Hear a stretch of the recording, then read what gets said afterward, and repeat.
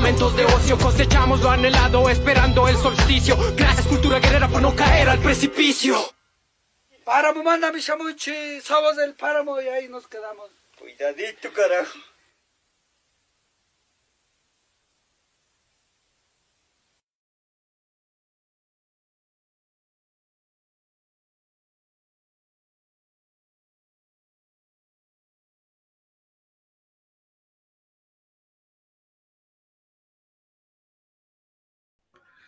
¿Qué tal amigos? ¿Qué tal amigas? Hermanos, hermanas, compañeros, compañeras. Muy buenas. Bienvenidos, bienvenidas a este encuentro de todos los sábados en La Pirca. Saludos cordiales a los que se conectan a través de nuestros medios digitales, del Facebook Live, nuestro canal de YouTube, pero también nos bajan radios comunitarias en el Chapare, radios comunitarias en Santa Cruz, en el Chaco boliviano y en el altiplano boliviano. Saludos cordiales a todos. Un corte y volvemos.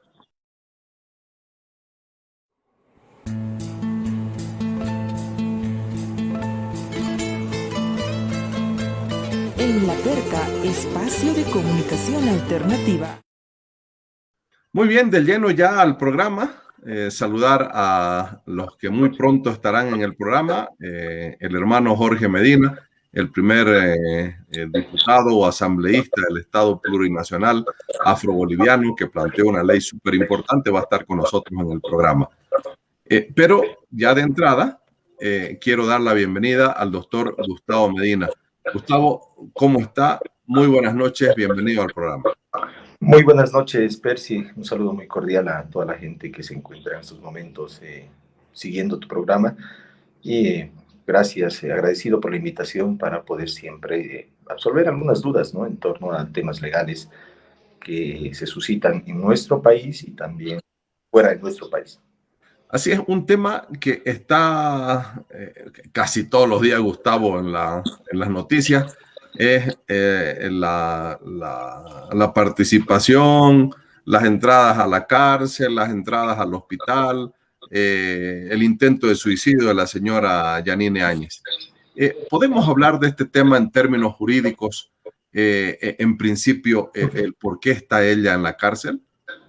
Claro que sí, Percy. Bueno, primero que nada es importante determinar cuáles son los hechos por los cuales ella está siendo investigada, ¿no?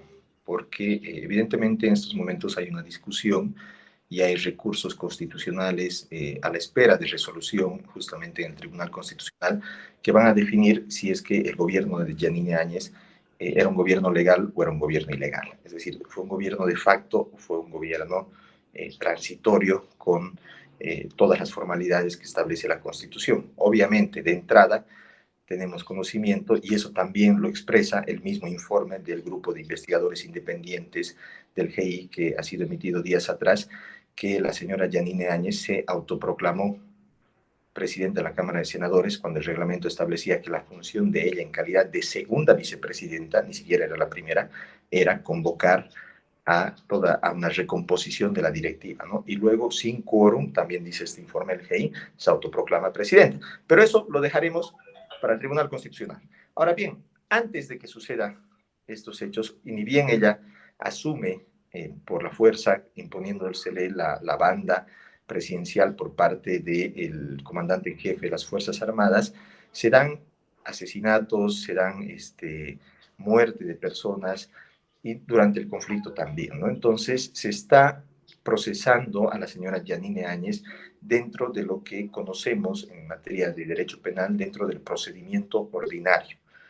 Ya, es decir, no se le está aplicando el juicio de responsabilidades porque se están investigando muertes de personas que se han suscitado un poco antes de que ella asuma el gobierno e inmediatamente después, pero que son delitos comunes, delitos de lesa humanidad, ¿no? Porque el informe del grupo de investigadores especiales e independientes también establece que han habido ejecuciones, ¿no? Ha habido vulneraciones de derechos humanos y demás. Pero bueno, más allá de que se utilice este informe dentro o fuera del proceso penal, es importante entender que ella está cumpliendo una detención preventiva producto de un proceso ordinario, como lo hace cualquier otro ciudadano de nuestro país. ¿ya? No es la única mujer, no es la única ciudadana, el único ciudadano de Bolivia que se encuentra con detención preventiva. Es decir, que todos estamos sometidos al mismo procedimiento. Evidentemente, una vez que el Tribunal Constitucional defina si fue un gobierno legal o ilegal, si dice que es un gobierno constitucional, que ha estado bien como ha asumido el poder, lo que se ha autoproclamado y demás, se le tendrá que derivar a un juicio de responsabilidades. Pero mientras tanto, es un procedimiento ordinario per sí, y en base a ese procedimiento ordinario se ha emitido una resolución judicial de detención preventiva. ¿Cuándo se emite y cuándo se dicta la detención preventiva para un ciudadano boliviano? Cuando existen riesgos de fuga y de obstaculización. En este caso hemos visto que el ministro Arturo Murillo, que ha sido vinculado a casos de corrupción, hombre, la mano derecha, Yanine Áñez, ha fugado del país. Si bien está preso en otro país, pero de nuestra justicia ha fugado. Lo propio pasa con Fernando López, lo propio pasa con Yerko Núñez. Entonces existe el peligro inminente de fuga en caso de que la señora Yanine Áñez esté en libertad. Es por ello que para asegurar la investigación y el desarrollo del proceso penal, se emite una resolución de detención preventiva para garantizar que la persona se someta al proceso y para que no se escape. Entonces, estas son medidas cautelares conocidas en el ámbito del derecho que se dan en todos los países, no solamente en Bolivia.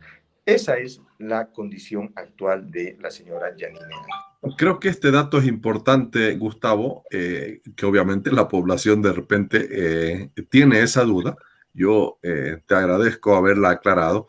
Entonces, fruto de aquello, de esta detención preventiva, los privilegios que ella tiene en la cárcel estarían un poco complicando el proceso, Gustavo.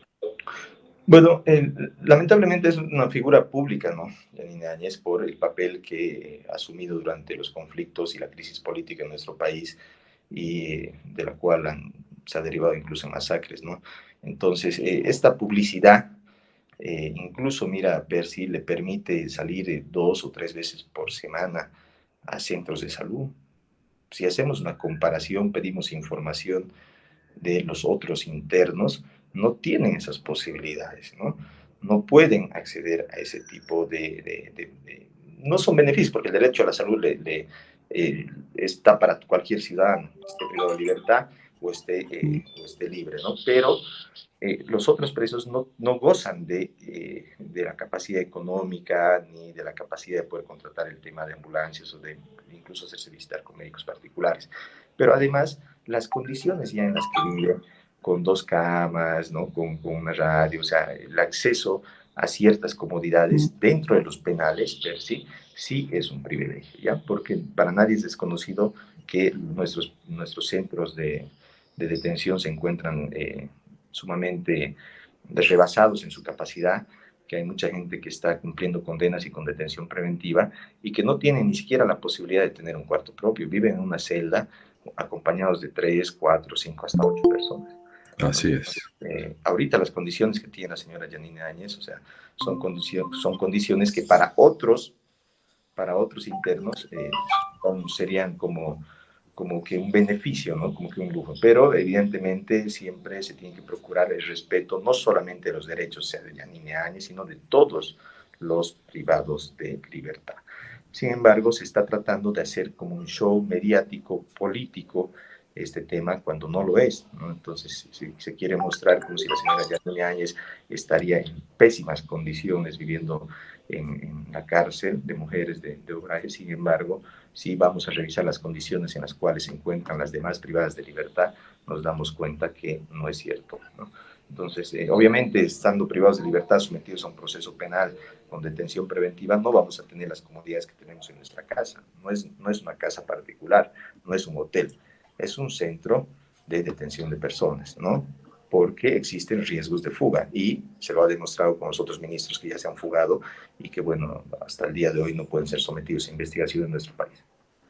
Así es. Otro tema importante en esta semana, Gustavo, fue el tema de la interpelación, puede llamarse, que se le hizo al señor Luis Almagro por las injerencias por un lado de la OEA, pero de él particularmente, primero en nuestro proceso electoral del 2019, que derivó en el golpe de Estado y la salida del presidente constitucionalmente electo Evo Morales, pero también durante el 2020 y ahora 2021.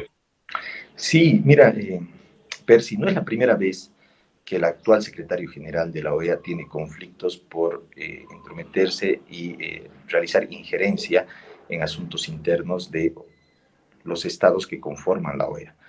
Tuvo inconvenientes con Venezuela, con Nicaragua, con El Salvador y ahora con nuestro país. La OEA se conforma bajo ciertos principios que rigen su accionar, que están establecidos justamente en la Carta suscrita en 1948, que dio justamente paso al nacimiento de la Organización de Estados Americanos, y uno de esos procedimientos justamente es fomentar la paz y consolidar las instituciones democráticas de los países miembros. Sin embargo, la OEA, cuando interviene en Nicaragua, profundiza la crisis política y pretende derrocar un gobierno legalmente constituido. Cuando interviene en Venezuela, profundiza la crisis política y pretende derrocar a un gobierno democráticamente constituido. Interviene en El Salvador, un poco después de manera particular con otros temas, pero de igual manera quería dictar o decidir sobre ciertos asuntos que únicamente le competían a El Salvador. Interviene en Bolivia, igual no para fomentar la paz, no para fomentar y consolidar instituciones democráticas, interviene en Bolivia para profundizar crisis política. Entonces, el accionar de Luis Almagro no se está rigiendo por los principios con los cuales se constituye la OEA, sino que el MAS está actuando como una persona particular. Parece que se olvida que él es representante de 36 países y lo que él dice tiene que consultar a los Estados miembros o mínimamente al Consejo Permanente de la OEA, lo cual no lo está haciendo. Asume posiciones personales particulares utilizando el cargo de la OEA y eso está mal, ¿no? Eso está mal. Y estamos viendo que todas estas injerencias e intervenciones del señor Luis Almagro en los distintos países más bien han sido para profundizar las crisis, no para solucionar los problemas por los cuales se están atravesando. En consecuencia, consideramos que la interpelación que realizó Bolivia como Estado al secretario general es correcta. Y en el año 2015 ya lo hizo Pepe Mujica también. Le envió una carta muy dura a Luis Almagro reclamando este tema justamente, ¿no? Es decir, no es la primera vez que Luis Almagro tiene este problema, no es que Bolivia nomás de caprichosa le está reclamando algo, o sea, son consecutivas las veces que este señor viene asumiendo posturas particulares, personales, y no se está rigiendo por los principios que constituyen a la OEA, y más bien en vez de fomentar la paz e instituciones democráticas, va a profundizar crisis políticas, y nuevamente quiere tener ese papel en nuestro país luego de que se ha recuperado la democracia a través de las elecciones de noviembre del año 2020. En consecuencia, considero que es correcta la interpelación que realizó Bolivia, y bueno, pues una vez cumpla su mandato habrá que también replantearse quién puede asumir este cargo tan importante de este organismo internacional, que sin duda alguna puede ayudar a consolidar derechos, a fomentar una cultura de paz, de diálogo entre los pueblos de Latinoamérica, cuando es bien utilizado dicho cargo, pero la otra cara de la moneda es lo que estamos viendo, lo que está haciendo el señor Luis Almagro, ¿no? Fruto de estas actuaciones es que el presidente de México, Manuel López Obrador, plantea que no nos vamos a salir de la OEA, pero debemos trabajar un otro organismo que de verdad nos represente, ¿no? Sin duda, ¿no? Es importante, siempre que nazca cualquier organismo internacional tiene que tener la capacidad de poder resolver los problemas que atingen al continente, ¿no? No solamente a un Estado, pero resolverlos de buena manera. De todas maneras, la OEA ha tenido muchos avances, ¿no? O sea, en materia de derechos humanos, por ejemplo, luego de la constitución de la OEA, se ha establecido el Sistema Interamericano de Derechos Humanos, producto de ello es la Comisión de Derechos Humanos, y cuando la Comisión considera los casos muy graves, los pasa a la Corte, ¿no? Y cuando la Comisión no puede solucionarlos a través de la vía de la conciliación con los estados. Entonces, hay avances buenos, pero lamentablemente estas últimas actuaciones de su secretario general, que es solamente una parte más de la OEA, están dejando mucho que desear y están haciendo que los estados se replanteen cuál es la verdad, el verdadero objetivo y la finalidad de este organismo internacional, ¿no? Gustavo, muchísimas gracias por estas apreciaciones interesantes con relación a lo que pasó esta semana pasada. Muchísimas gracias. Hasta otro encuentro. Hasta otra oportunidad, Percy. Buenas noches. Gracias. Un corte y ya. En un día soleado, los horarios más calientes están entre el mediodía y horas de la tarde. Sumado a fuertes vientos, generan condiciones propicias para desatar incendios. Juan, el capataz, todos los días arrea sus animales. Él acostumbra a fumar. Una de las causas de los incendios forestales son los cigarros mal apagados. Juan se asegura de apagar bien su cigarro mientras camina y piensa: soy responsable. Apago bien la colilla de mi cigarro. Sé como Juan el capataz, que apaga bien la colilla de su cigarro. Bolivia sin incendios forestales. Soy responsable. ABT.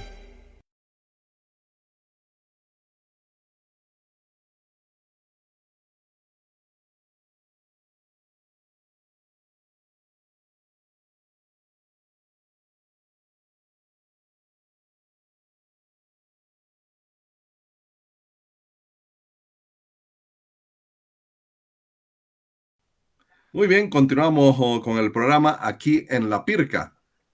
No se despegue usted del programa porque después de esta entrevista con el hermano Jorge Medina Barra, tenemos la entrevista con dos hermanos chilenos mapuches que están ya en espera en el programa. Jorge Medina Barra, muy buenas noches. ¿Cómo estás, Percy? Buenas noches. Saludar a los panelistas que me antecedieron y quienes están presentes también. Y también saludar a toda la gente que está escuchando y viéndonos por las diferentes plataformas. Entonces, a la orden, Percy. Claro que sí. Jorge, usted fue el primer afroboliviano, afrodescendiente, afroboliviano, esa es una autodenominación que se han puesto los hermanos en estas tierras. Usted fue el primer diputado afroboliviano en la historia de Bolivia y que obviamente marcó historia porque además esa presencia de usted en nuestra primera Asamblea Legislativa Plurinacional fue con la presentación de una ley contra la discriminación y el racismo. ¿Podemos hacer una semblanza de esto, Jorge? Claro que sí, Percy. Evidentemente, uno de los compromisos, uno de los deseos y las recomendaciones que tuvimos era que llegando, si lográbamos ser asambleístas, trabajar una ley contra el racismo y toda forma de discriminación, y creo que lo hemos plasmado y ha sido promulgado también por el presidente por entonces, Evo Morales. Y muy complicado, evidentemente, Percy, porque cuando se hizo la socialización, participaron varios sectores sociales, instituciones y, bueno, complicado en el sentido de que en su momento de la aprobación o promulgación, también han habido medios de comunicación que no han estado de acuerdo, claro, porque tienen toda esa estructura racista y discriminatoria, no aceptaban desde ningún punto de vista. Sin embargo, se ha podido hacer que sea promulgado por el presidente Evo Morales, por entonces. El 2010 lo promulga, ya estamos a punto de cumplir con este próximo octubre 11 años de vigencia de la ley 045, una ley que ha causado mucha polémica y bueno, ahí está la ley, ¿no? Entonces la gente de a poco ha ido entendiendo y empoderándose de la misma. Eso no quiere decir que porque tenemos una ley, la discriminación y el racismo ha finalizado en Bolivia. Eso sigue latente desde otras latitudes, ¿no es cierto? Entonces hay que seguir trabajando y socializando para acabar o por lo menos intentar reducir de gran manera estos actos o actitudes racistas y discriminatorias para con los otros y con las otras. Cuando digo con los otros y con las otras, Me refiero sobre todo a los pueblos minoritarios, ¿no? Y a los grupos o pueblos que quizá no han sido siempre en todo el proceso de la historia del país tomados en cuenta. Estoy hablando sin duda alguna de nosotros como pueblo afroboliviano, nuestros hermanos aymaras, para redondear y todo, incluir a todos nuestros hermanos indígenas, ¿no? Y bueno, y así empezaríamos a dar muchos y muchas de quienes siempre hemos sido vulnerados nuestros derechos por el tema del racismo y la discriminación. Sin embargo, hay que seguir trabajando, Percy. En septiembre, la otra semana nomás ya, se festeja el mes de la afrobolivianidad. Usted ha hablado de un tema interesante, Jorge, que es el tema que casi 11 años después de la ley, las actitudes racistas todavía no han acabado. El año pasado me parece que el presidente del Comité Cívico de Santa Cruz llamó a los indígenas y a todos los otros, digamos, para no ponerlos en términos generales, que más o menos somos salvajes, Jorge.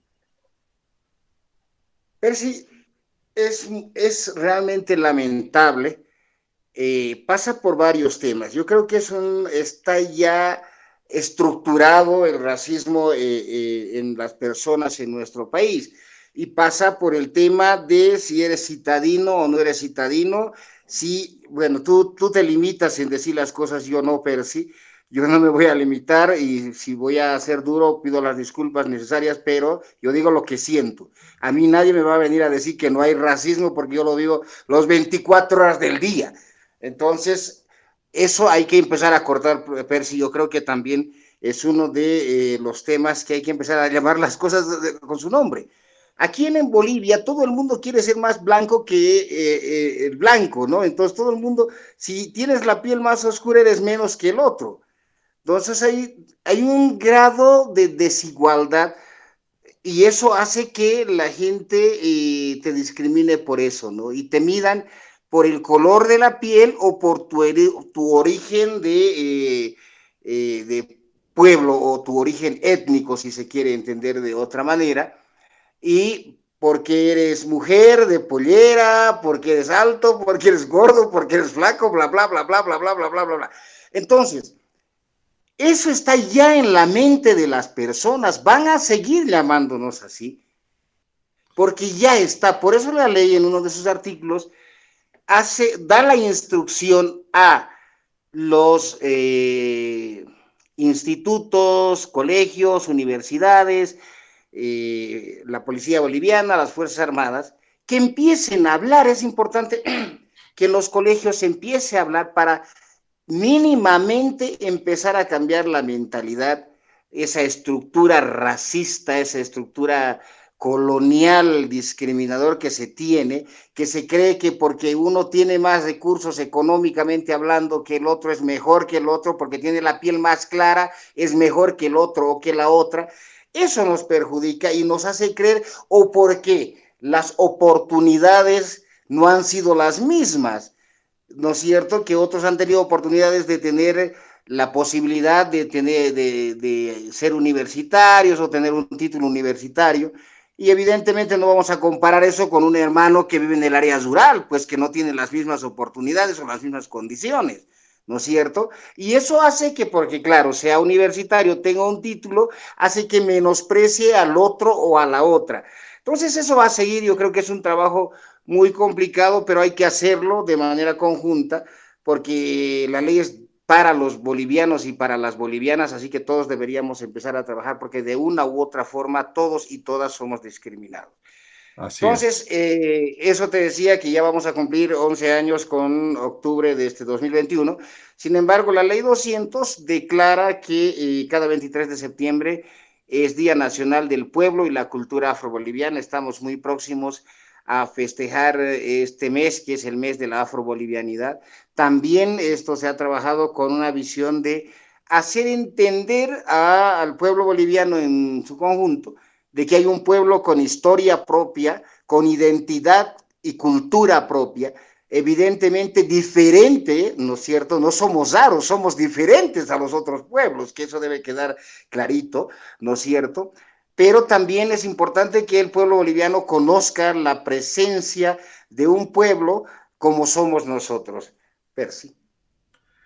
Sí, y ahí te adelanto, Jorge, que esperemos que el sábado sea 23 de septiembre, no tengo calendario, pero esperemos que sea sábado 23 de septiembre, y si no, entre antes o después, igualito te vamos a contactar para ver las actividades que están realizando el pueblo afro-boliviano.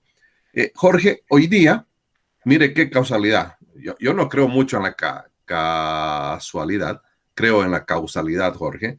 Hoy día, 28 de agosto, en el 1963, uno como usted, Martin Luther King, habló de un tema importante. Él planteaba que decía que tiene un sueño y él hablaba de que su deseo en el futuro sea que la gente de tez negra y de tez blanca pudiesen coexistir armoniosamente y como iguales. Digo causalidad, Jorge, porque hoy día lo hemos invitado a usted para hablar de este tema del racismo y la discriminación. Hábleme de este sueño que tenía Martin Luther King. Bueno, como muchos conocemos, ¿no? El sueño de Martin Luther King, entre tanto, quizá lo más importante es él hablaba de la libertad, la justicia y la igualdad. Creo que es y la necesidad, ¿no? De seguir soñando. Martin Luther King, ahora en el mundo se habla de derechos humanos, un gran hombre que ha luchado, el doctor Luther King, que ha luchado por el tema de derechos humanos. Claro, como es afroamericano y en otras palabras, como se lo llama en Bolivia, como es negro, no hay que mencionarlo eso, pero hay que decirlo. Si hoy se habla en Bolivia o en el mundo de los derechos humanos, ¿quién fue que inició el tema de derechos humanos? Martin Luther King, el doctor Martin Luther King, ¿no es cierto? Y en su sueño también era para pelear con esta estructura racista, discriminador, colonial, por supuesto, ¿no es cierto? Y él buscaba la igualdad, buscaba la justicia, buscaba la libertad en su sueño. Y bueno, creo que nosotros seguimos ese paso y tenemos que seguir, y no solamente los afro descendientes de las Américas, sino todos, creo que compartimos con ese sueño de igualdad, con ese sueño de justicia y con ese sueño de libertad. Percy. Jorge, debo agradecerte estos minutos que has tenido la deferencia. Entiendo que estás en una reunión importante ahorita, te hemos quitado 15 minutitos, vas a disculpar. Pero los compañeros y compañeras que están con vos van a entender que era importante hablar de estos temas, que los vamos a profundizar. Veo que el jueves es 23 de septiembre, Jorge, así que el sábado nos viene bienísimo, sábado 25 de septiembre. Te vamos a contactar nuevamente para hablar de las actividades del pueblo afroboliviano y obviamente del futuro del pueblo afroboliviano, porque son parte además importante de la Asamblea Constituyente que se planteó el 2009. Muchísimas gracias, Jorge. A ti las gracias, Percy, y quiero despedirme con una frase de Martin Luther King. ¿Qué importa la raza? ¿Qué importa el color? Si somos hermanos, que vive el amor. Buenas noches. Ya Soropay, Twitcha, Jorge. Un corte y volvemos. En un día soleado, los horarios más calientes están entre el mediodía y horas de la tarde. Sumado a fuertes vientos, generan condiciones propicias para desatar incendios. Juan, el capataz, todos los días arrea sus animales. Él acostumbra a fumar. Una de las causas de los incendios forestales son los cigarros mal apagados. Juan se asegura de apagar bien su cigarro mientras camina y piensa: soy responsable. Apago bien la colilla de mi cigarro. Sé como Juan el capataz, que apaga bien la colilla de su cigarro. Bolivia sin incendios forestales. Soy responsable. ABT.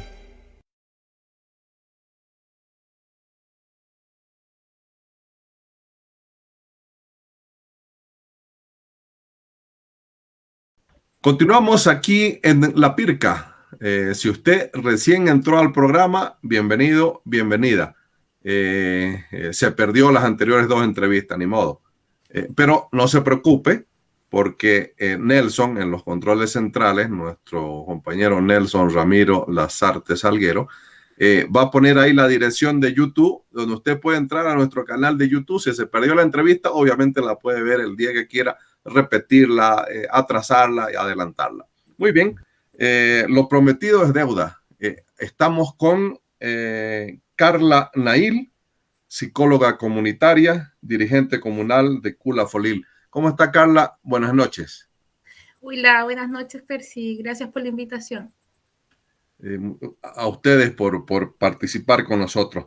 Y también está Fabián Nail, arquitecto, experto en sustentabilidad y también miembro comunal de Cula Folil. ¿Cómo está? Buenas noches.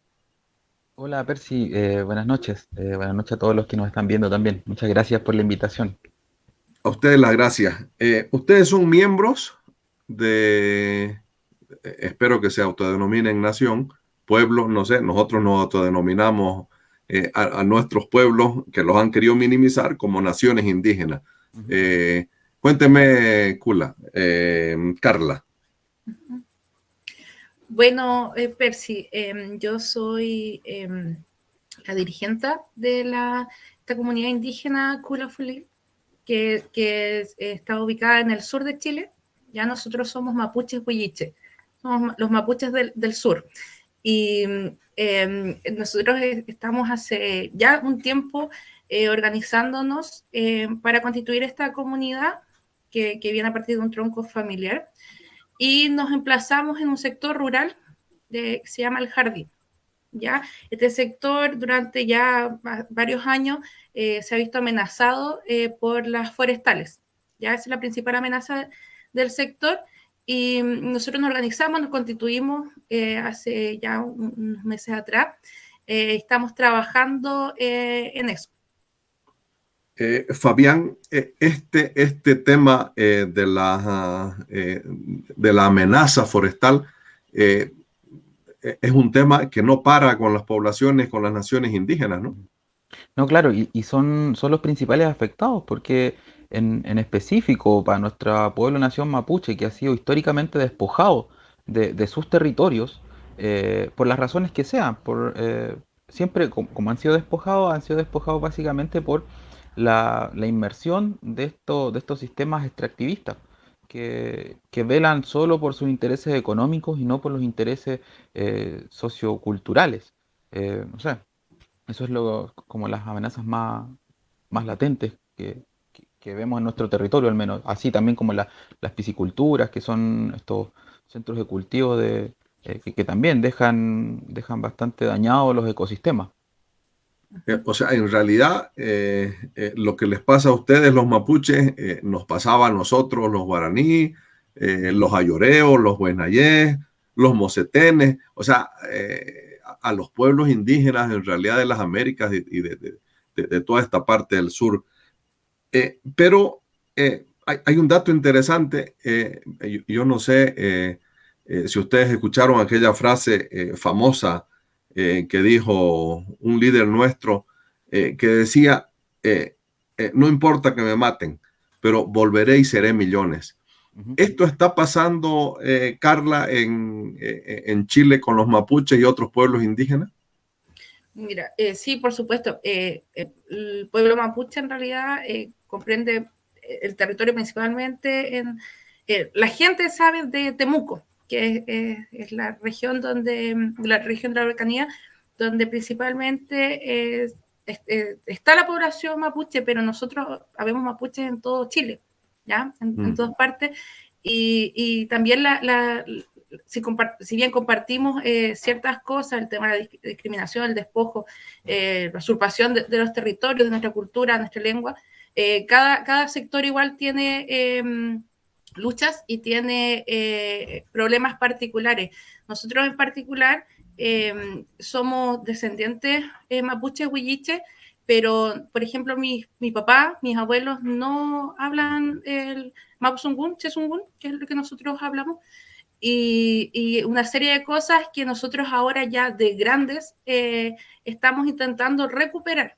¿Ya? El despojo no solo es en cuanto al territorio, a las tierras, que yo creo que es lo que la gente, el Winca, que el chileno, principalmente cree que tiene que ver con el territorio, con la tierra, y también viste esta mirada de la tierra para producir, ¿ya? El mapuche, la tierra no la quiere para explotarla, ¿ya? Sino que hay una vinculación en nuestra como visión, donde la tierra es un ser más, ¿ya? Y que en el fondo lo que nosotros debemos hacer, para lo que nacimos, es para proteger esto y para mantener este vínculo con la tierra. Entonces igual hay desinformación respecto a esto, y no solo de la nación chilena, digamos, sino incluso de nosotros mismos. Y nosotros eso es lo que estamos haciendo con nuestra organización acá en el sur de Chile.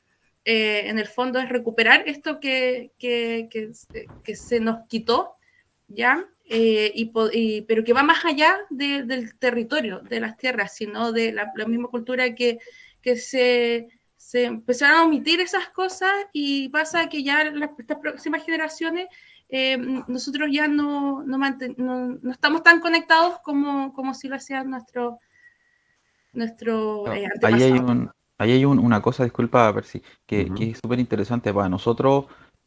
Claro, nosotros probablemente somos relativamente jóvenes en estos temas. O sea, hoy día en nuestro territorio hay comunidades muy longevas y muy establecidas. Pero aquí la diferencia está en que nosotros, por ejemplo, que a nosotros nos crecieron sordos y mudos de nuestra cultura, nosotros estamos tratando de revalorizar estas condiciones, tratando de organizarnos con todo nuestro territorio. Y es una tarea súper compleja, por lo que describía Carla. Entonces, eso también nos plantea unos desafíos enormes. Pero no solo a ustedes le hicieron eso, Fabián.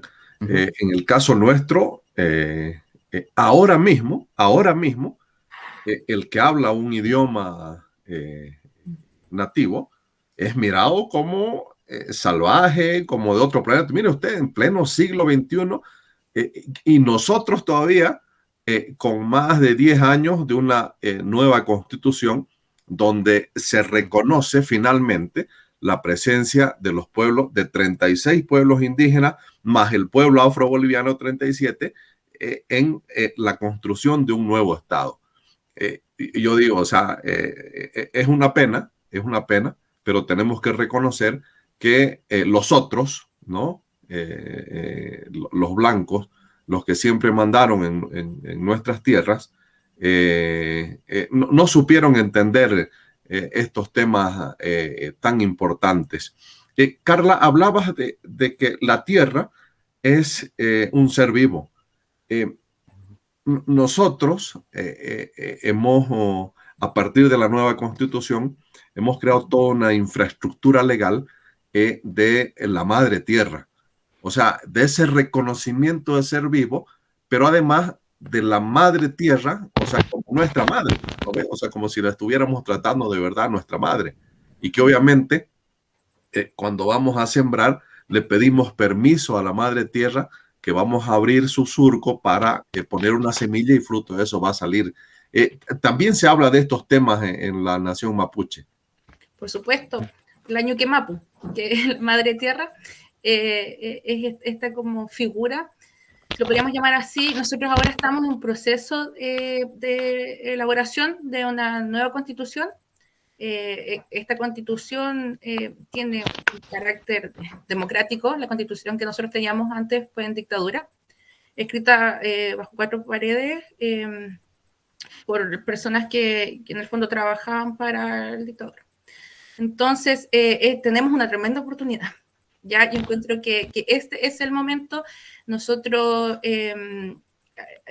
apelamos, digamos, que los representantes que elegimos, yo, por ejemplo, voté por una representante del pueblo mapuche, Natividad Yanquileo, ¿ya? Y con ella estamos trabajando, y para poder que en esta Carta Magna queden establecidas ciertas cosas, como por ejemplo la naturaleza del Ñuque Mapu como un sujeto de derecho, ¿ya? Porque en Chile, ¿qué ocurre respecto a esta concepción también de la naturaleza? Un recurso natural, ¿ya? Y ahí ya le colocas el valor, ya le colocas en el fondo que puedes sacar provecho de eso, ¿ya?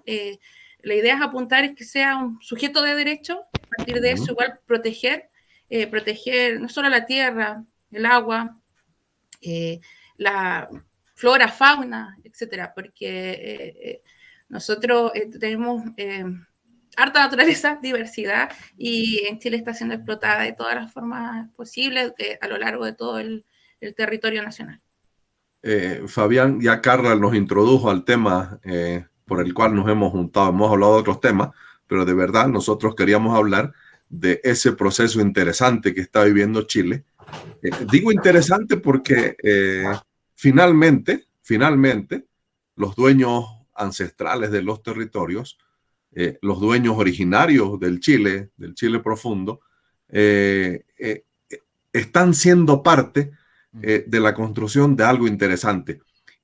Pero además, la doctora Lencón puede ser, sí, ella es la presidenta de la Asamblea Constituyente, no sé cómo se llama el proceso ustedes, que igual va a ser una Asamblea Constituyente para construir una nueva constitución. O sea, está en proceso de parir algo, ¿no? O sea, de construirse algo en Chile. Sí, claro, es un proceso bien intenso, bien interesante, y así como en otros temas existe una gran desinformación hoy día igual, no sé, la apreciación pública, en el fondo la gente cree que todavía no están trabajando porque aún se está dictando como el reglamento que va a regir el cómo se escribe esta constitución, esta nueva carta, ¿no? Este nuevo hoja de ruta para el país. Y a veces se olvidan que la misma constitución que teníamos antidemocrática, ¿no? Que nació en proceso de dictadura, se demoró cerca de 5 años solo en ser redactada y repensada, y nosotros la queremos resolver en medio de un año. Entonces hay que entender también que los procesos tienen un tiempo, tienen un proceso de maduración. Entonces, claro, efectivamente con nuestra hermana, en el fondo, Elisa Loncón, presidiendo esta convención, es un gesto importante, un gesto muy relevante, el reconocimiento para nuestro pueblo, que ha sido, no sé, tradicionalmente, históricamente, despojado de todo. Entonces, claro, es un puntapié inicial, pero no es suficiente. O sea, aquí hay temas que tenemos que tratar primero, como decía Carla, a la naturaleza, ¿no? Para nosotros que es tan relevante como sujeto de derechos. O sea, es un elemento importante, trascendental. El buen vivir, ese concepto que tiene nuestra cultura como el buen vivir, también tiene que ser reconocido y tiene que estar instalado, porque eso nos va a permitir irnos despojando de estos procesos o de estos modelos neoliberales, que lo único que buscan es la acumulación del capital por el capital y aprovechándose de su propio pueblo en el fondo. Y eso es lo que esperamos que esta constitución vaya como recogiendo estos temas, ¿no? Y bueno, estamos trabajando para que ese tipo de cosas queden plasmadas. Carla, profundizando un poco más, la presencia mapuche es importante ya al tener una presidenta mapuche de la Asamblea Constituyente, pero obviamente no es lo principal, en la medida en que esto pueda desarrollarse y construir realmente una hoja de ruta que permita, por un lado, el encuentro entre todos los chilenos, porque al final nosotros no es que estamos en contra de los otros, o sea, ellos piensan que estamos en contra de ellos. Es su rollo de ellos, ¿no es cierto? Nosotros queremos, en el caso nuestro, nosotros queríamos construir y que se den cuenta que en este país hay pues más de 36 pueblos indígenas, que éramos invisibilizados. Y la Constitución nos visibilizó y nos dio presencia real junto al pueblo afroboliviano. Entonces, esta hoja de ruta, ¿a cuántos mapuches más o menos tiene? Y junto a ellos, ¿con cuántos otros indígenas se podría contar para construir una hoja de ruta que defienda los derechos de los pueblos indígenas? Sí, mira, en realidad cuando se vio el tema de cómo se van a elegir a los constituyentes, se generó, digamos, los escaños reservados, así se llama para el pueblo indígena.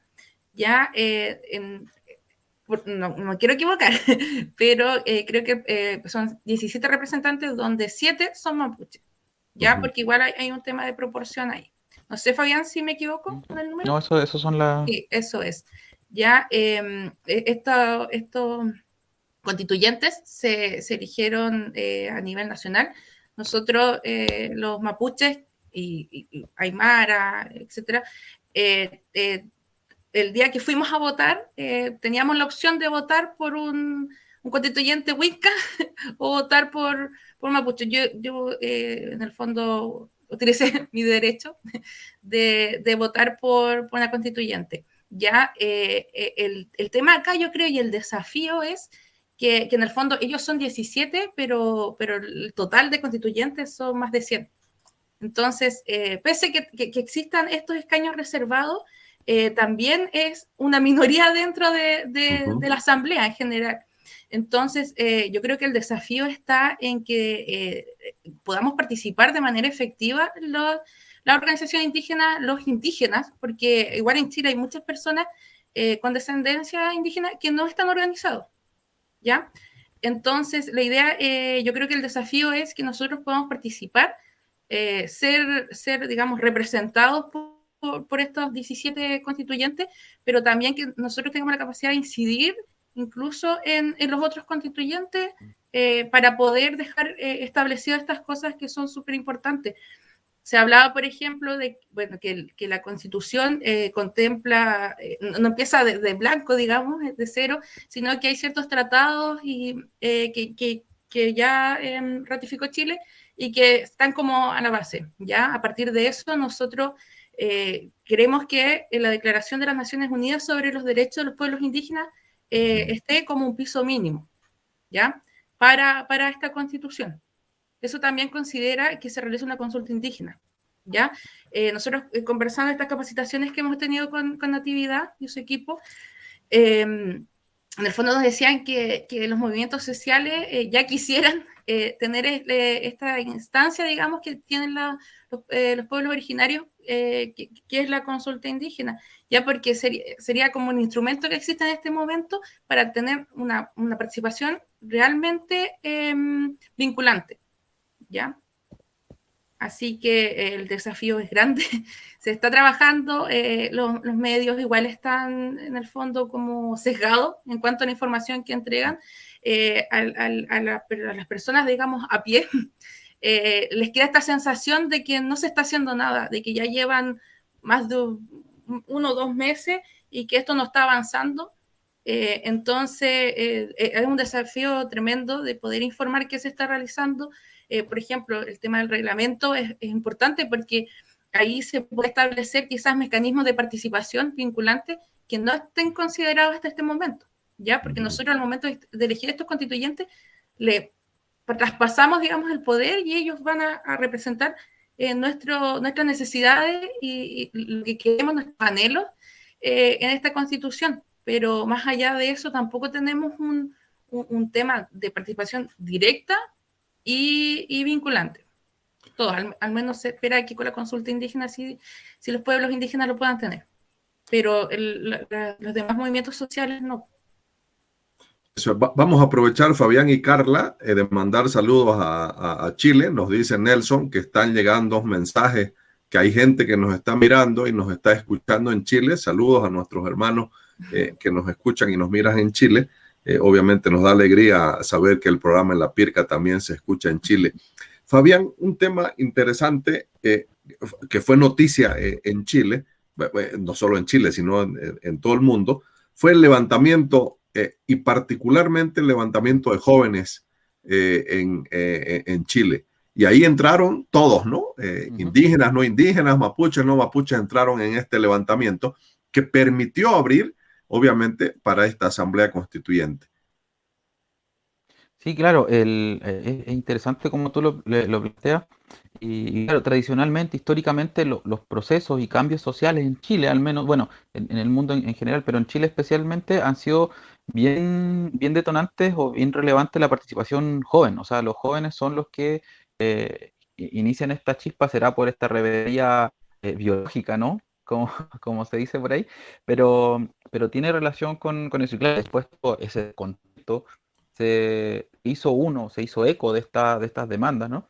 Y permitió este levantamiento social, ¿no? Que nos permitió tener este acuerdo. Acuerdo que también, ojo, no es inocente. Ahí hay una especie de, nosotros lo llamamos así, bien livianamente, como una cocina, ¿no? Se cocinó este acuerdo para salvarle el pellejo al presidente. O sea, a Piñera se le salvó el pellejo con esto porque había, bueno, también hay una condición social que también se estaban cobrando víctimas, o sea, vidas humanas, eh, se mutilaban, o sea, hubo tortura inclusive, si bien por ahí las comisiones de derechos humanos pueden hacer, bueno, históricamente han hecho vista gorda en ese sentido, pero podríamos decir de manera bien responsable que hubo violación a los derechos humanos.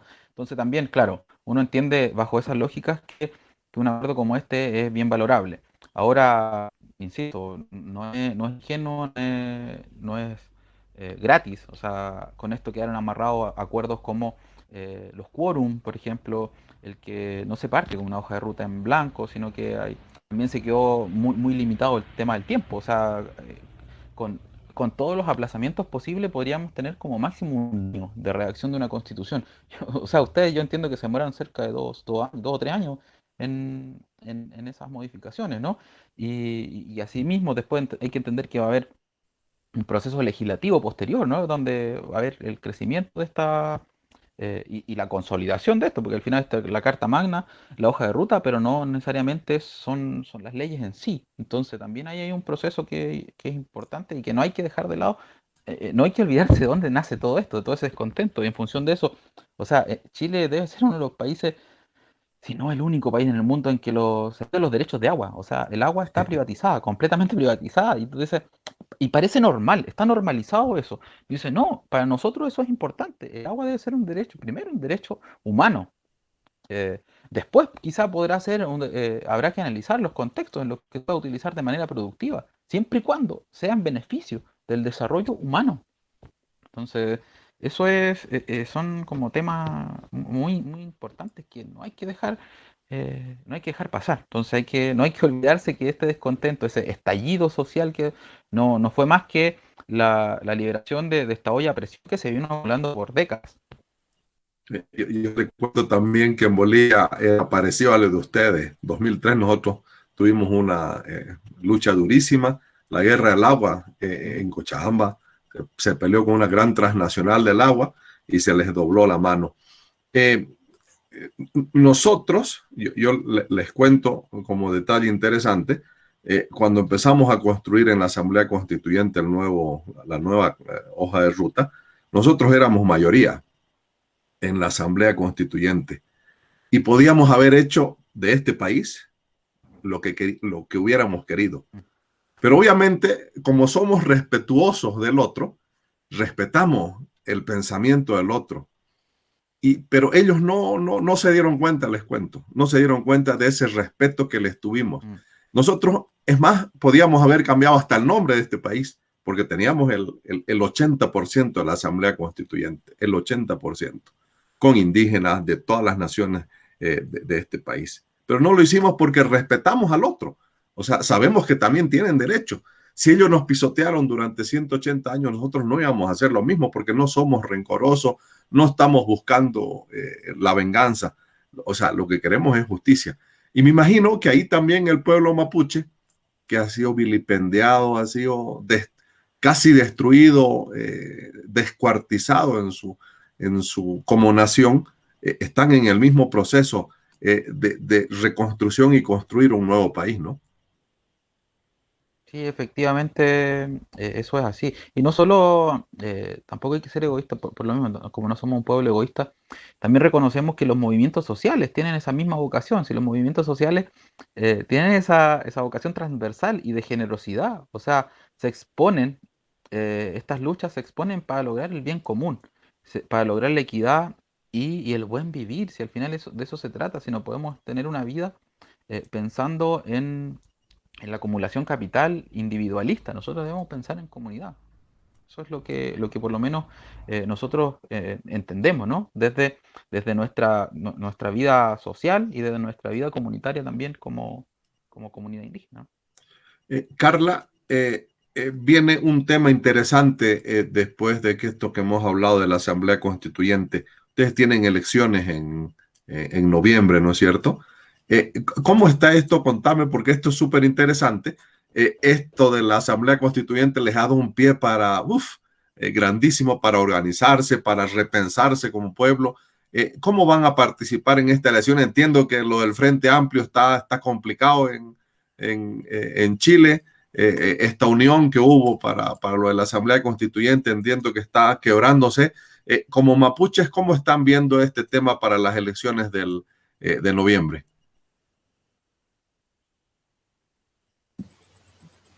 Mira, yo voy a hacer mi apreciación ahí, si Fabián quiere ir comentando, porque igual es un tema bien complejo.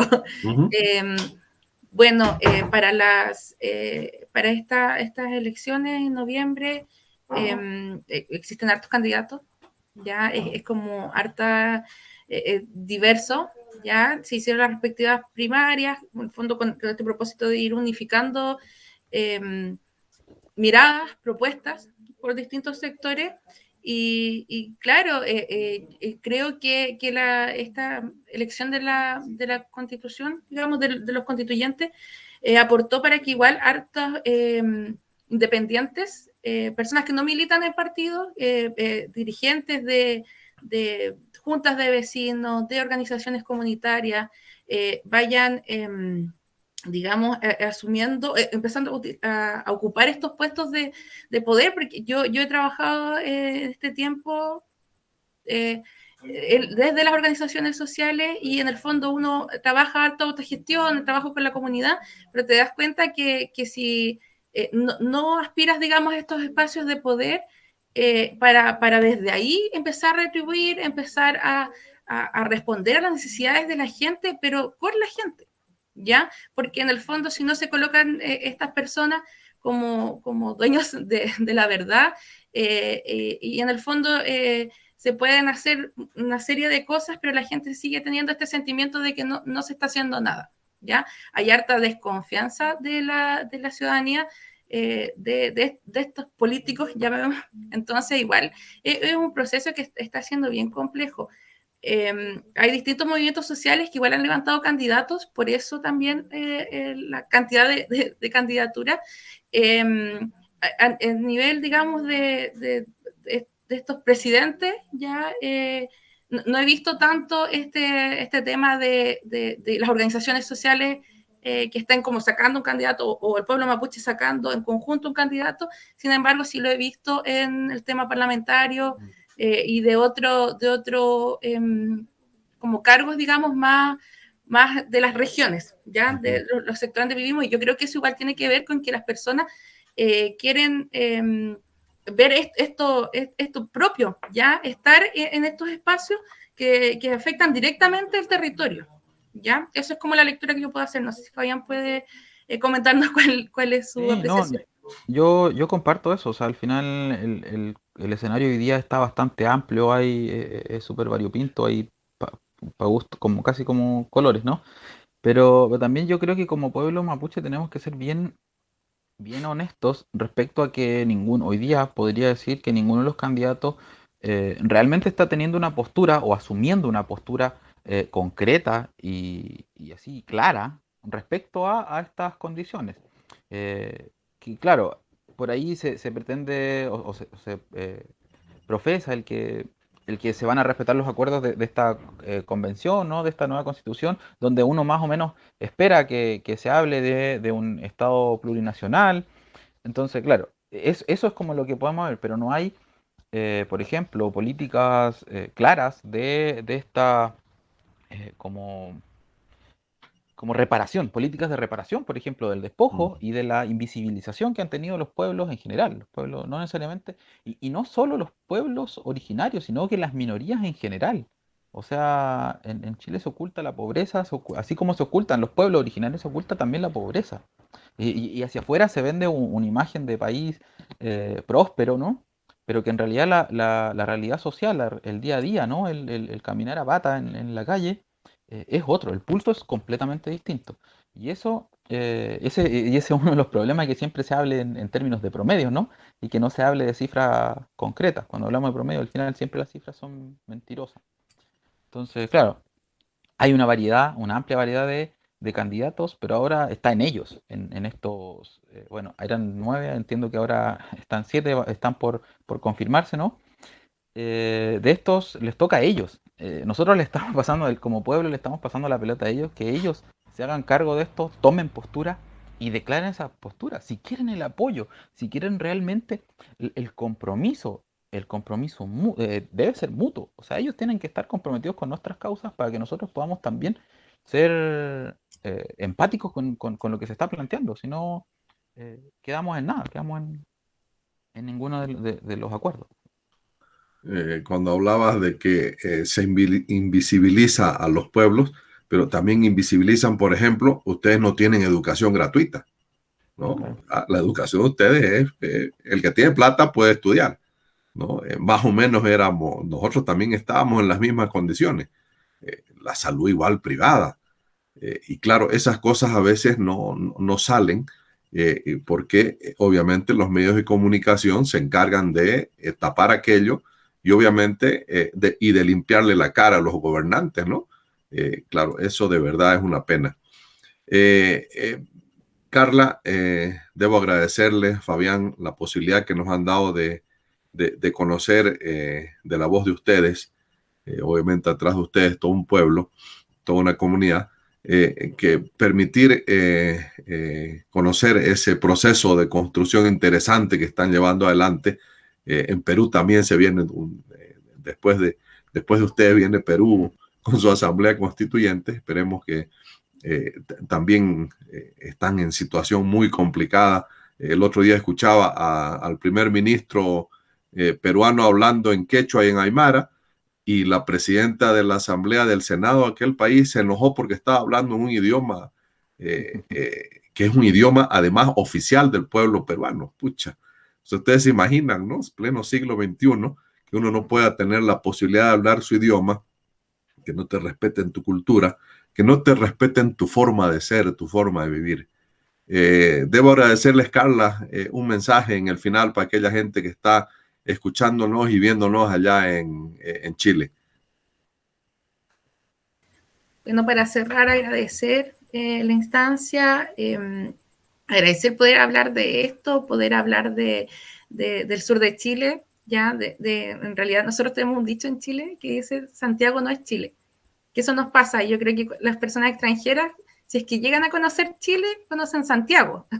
Entonces, agradecer ese espacio, incentivar a la gente a involucrarse lo más que pueda el tema de la Convención Constitucional. Nosotros desde donde podamos, en nuestro propio espacio y territorio, vamos a estar tratando de difundir, romper este cerco comunicacional que tienen los medios de comunicación, tratar de informar lo que efectivamente se está haciendo.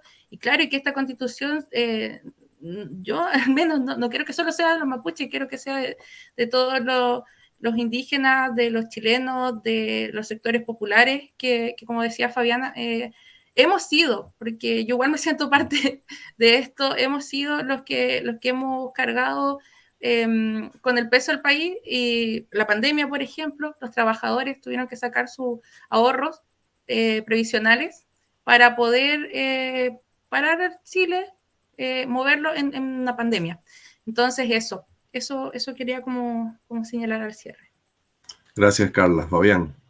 Sí, yo me sumo a las palabras de Carla y también quisiera hacer una apreciación, Percy, que para nosotros como comunidad, como pueblo, no creemos que haya gente adelante ni atrás de nosotros. Nosotros creemos que la gente está al lado para que construyamos juntos esta posición. Y eso es algo que quizá el que siempre está pensando en este individualismo no entiende estas luchas cuando son colectivas, ¿no? Como el dicho que al final es complejo y uno lo entiende.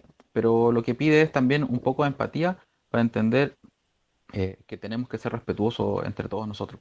Así que, de nuevo, agradecer la enorme oportunidad que nos dan de poder dar a conocer nuestro punto de vista y de esta manera también que las demás comunidades y los demás territorios también se sientan identificados. Agradecerles a ustedes y de verdad nosotros caminamos juntos. Esa es la gran diferencia. O sea, todos vamos juntos, ninguno adelante, ninguno atrás, todos vamos juntos.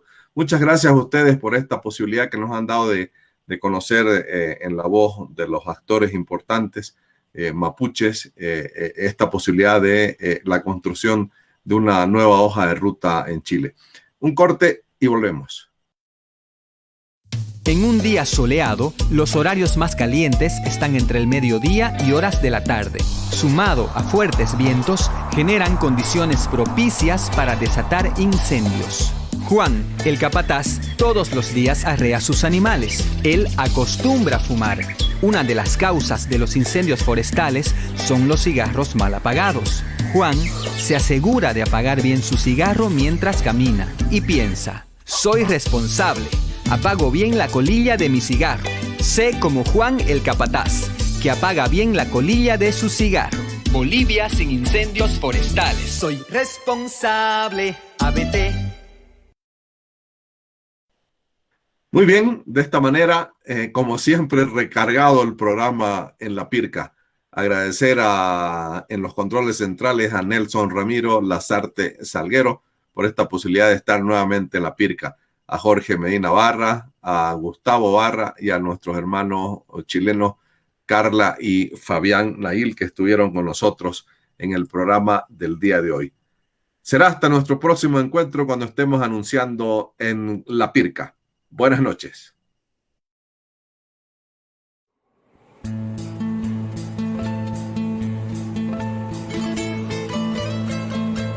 En La Perca, espacio de comunicación alternativa.